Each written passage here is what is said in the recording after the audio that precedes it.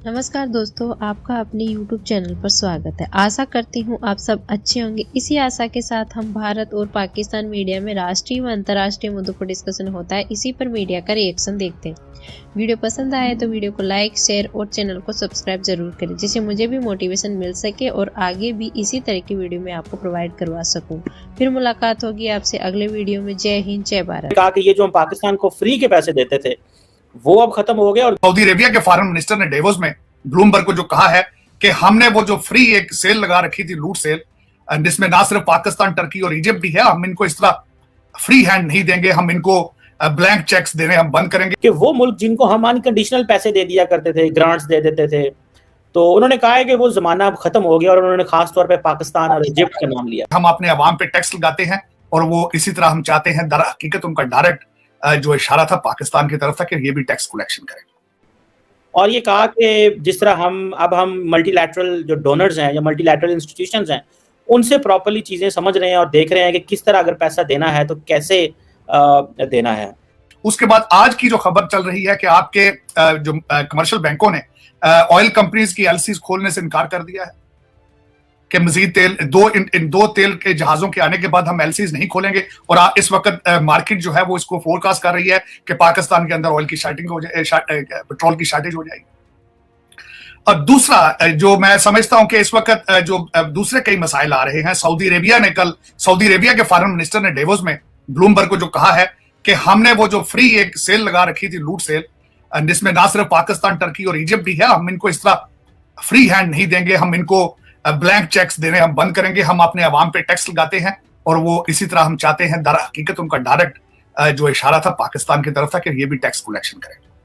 अब जिस डायरेक्शन पे आप जा रहे हैं, हम आईएमएफ की जब बात कर रहे हैं, इस वक्त जो मेरी इंफॉर्मेशन के हिसाब से आपका एक सदारती ऑर्डिनेंस जो है उसकी तैयारी शुरू की जा चुकी है। 380 अरब रुपए के टैक्सेस के लिए वो जो है उसकी समरी उसको ड्राफ्ट किया जा रहा है। अब जरा आप अंदाजा लगाएं कि आज के हालात के अंदर जब 380 अरब रुपए के टैक्सेस नए लगेंगे तो आपकी चीखें वॉशिंगटन डीसी तक आएंगी। आप पेट्रोलियम प्रोडक्ट, आप पेट्रोल रशिया से लेंगे, कहां से लेंगे, क्या करेंगे, मेरी समझ से बाहर है। आज और दूसरा जो इस वक्त, खैर और भी कई क्राइसिस चल रहे हैं इस वक्त पाकिस्तान के हवाले से, लेकिन मुझे नजर आ रहा है कि आईएमएफ के अलावा कोई चॉइस नहीं है आपके पास, क्योंकि आपके जितने आप कहते थे हमारे बरादर इस्लामी ममालिक हैं, उन सब ने आपको छुट्टी करा दी है। उन्होंने कहा है कि जब तक आप आईएमएफ के प्रोग्राम के अंदर नहीं होंगे हम आपको पैसे नहीं देंगे, या देंगे तो टर्म्स पे ऊपर देंगे। अब वो जो ग्रांटें और जो आपको हम देते थे ब्लैंक चेक, वो अब हम नहीं देंगे। दर हकीकत कोविड के बाद सारी दुनिया की इकॉनमी स्लगिश है इस वक्त। अगर देखा जाए तो सऊदी अरेबिया जो है, they are leaning towards China, Russia. Reason क्योंकि सारी दुनिया के अंदर हाइब्रिड गाड़ियां आ रही हैं, इलेक्ट्रिक गाड़ियां आ रही हैं। इस वक्त जो मिडिल ईस्टर्न ममालिक हैं, दे आर कंसर्न कि हमारा फ्यूचर ऑयल के बाद क्या होगा। सीरियस तो उनको लेना पड़ेगा क्योंकि ये उनका मसला है, नहीं सीरियस लेंगे तो नुकसान उठाएंगे। लेकिन जहां तक सऊदी पॉलिसी या उसके फॉरेन मिनिस्टर की स्टेटमेंट का ताल्लुक है, मैं समझता हूँ कि बहुत ज्यादा अहम है, क्योंकि ट्रेडिशनली सऊदी अरबिया वाहिद कंट्री थी कि जो अपनी मर्जी के मुताबिक अपने तरीके से जो है वो बिलियंस ऑफ डॉलर उठा के किसी को भी दे देते थे, जिसमें कि एक टॉप जो उनकी एलीट है, रूलिंग एलीट, सिर्फ वो शामिल होती थी। जैसे कि मतलब ये है कि बड़े बड़े उनके जो प्रिंस हैं या मिनिस्टर्स हैं 4-5 लोग, तो एक ऑटोक्रेटिक किस्म का जो है ना एक रूल जो था वो डिस्प्ले हो रहा था। एक तरफ तो तेल के कुएं थे और दुनिया में तेल की जो कदर कीमत थी वो आपको पता है कि एक एसेंशियल इनएविटेबल किस्म की बेसिक फंडामेंटल नीड बन गई थी, वरना दुनिया जाम हो जाती थी तेल के बगैर।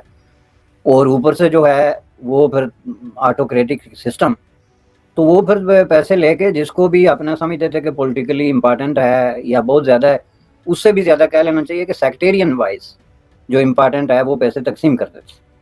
अब उसमें जो पॉलिटिक्स थी जियोपॉलिटिकल कि ईरान किसको पैसे दे रहा है या ईरान कितना तेल बेच रहा है, ये चीज़ें भी उसमें फैक्टर बनती थी। लेकिन at the end of the day उनसे पूछने वाला कोई नहीं था।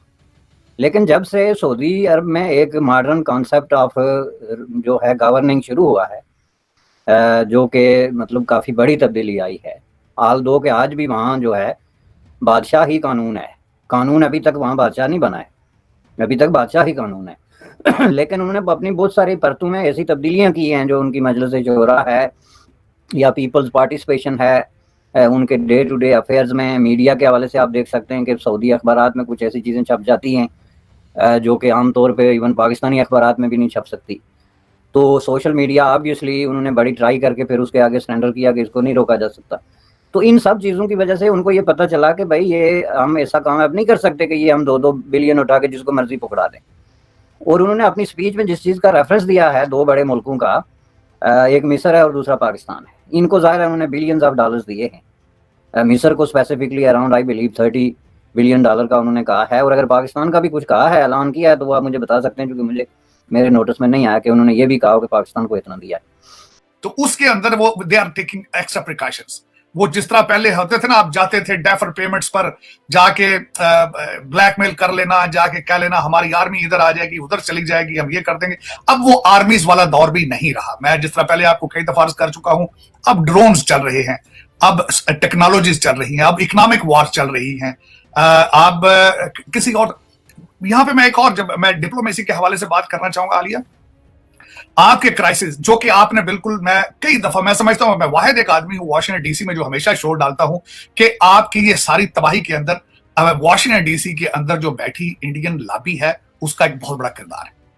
आपने आज तक उसको वैल्यू करने की कोशिश नहीं की, आज तक आपने उसको एस्टिमेट करने की कोशिश नहीं की। आज भी जो आपके मसाइल हैं, आप चाहे आप फैटफ के अंदर आपको डिले थी तो उसमें भी उनका इन्फ्लुएंस मौजूद था, उसके बाद आज भी आईएमएफ के जो डिले हो रही है उसके अंदर भारत का इन्फ्लुएंस मौजूद है। लेकिन आपने कभी कोशिश नहीं की कि इन चीजों को न्यूट्रलाइज किस तरह करना है। हमारे मिस्टर हैंडसम ने भी जो लॉबी फर्म हायर किया सिर्फ उनकी अपनी खूबसूरती को उजागर करने के लिए, उन्होंने यहाँ पे $20,000 महीने का दे रहे हैं। पाकिस्तान लावारिस है आज भी वाशिंगटन डीसी।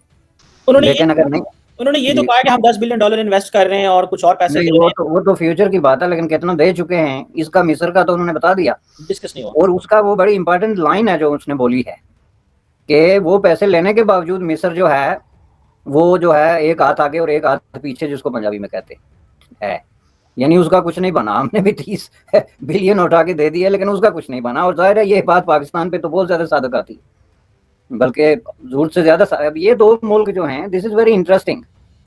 अगर इसकी पूरी नीटी ग्रिटी में आदमी जाए तो वो गालब का वो जो शेर है ना कि शहर में गालब की आबरू क्या है वाली बात रह जाती है कि ये 2 मुल्क जो है, अब ये सऊदिया ने कहा तो मुझे क्लिक हुआ कि पिछले दिनों अमेरिकी ने भी ऐलान किया था कि हमने पाकिस्तान को आज तक जो है वो तकरीबन $95 बिलियन की ग्रांट दी है। And I am talking about grant यार, ग्रांट, एड की बात नहीं कर रहा मैं। ग्रांट का मतलब है जो पैसे आपने वापस नहीं करने। एक दफा यहाँ पे एक इवेंट हुआ डाउनटाउन टोरंटो में, मुझे भी इनवाइट किया गया और एक मिस्री स्कॉलर भी था। तो मैंने वहाँ बात करते हुए कहा कि अमेरिकी जो इमदाद है वो 3rd वर्ल्ड में गई है, उसमें सबसे ज्यादा जो इमदाद पाकिस्तान ने ली है। उसने कहा ऑब्जेक्शन सर, सबसे ज्यादा इमदाद हमने ली है। जो मिस्री स्कॉलर था, मैंने कहा भाई मेरी कैलकुलेशन के मुताबिक तो हमने ली है, तो अगर आप कहते हैं तो मान लेते हैं। लेकिन आप ये देखें कि इतनी बड़ी बड़ी मदद लेने के बाद ये दोनों मुल्क, आज आप मिस्र में जाके देखें, क्रम्बलिंग किस्म का जस्टिस सिस्टम, बल्कि जस्टिस सिस्टम कहना तो ज्यादती है। जो उनकी लाइफस्टाइल है, लिविंग स्टैंडर्ड है, सेफ्टी और सिक्योरिटी के इश्यूज हैं, यानी आप ये देखें कि is not a liveable country किसी भी स्टैंडर्ड के मुताबिक। और यही हाल पाकिस्तान का है कि दिन ब दिन आप देख रहे हैं डिटेरियोरेशन का एक प्रोसेस जो है वो चल रहा है और दिन ब दिन नीचे जा रहा है। और ये पैसे मैं बात कर रहा हूँ इसलिए जोड़ के कि देखें कितने बड़े पैसे हैं जो अमेरिकी ने दिए।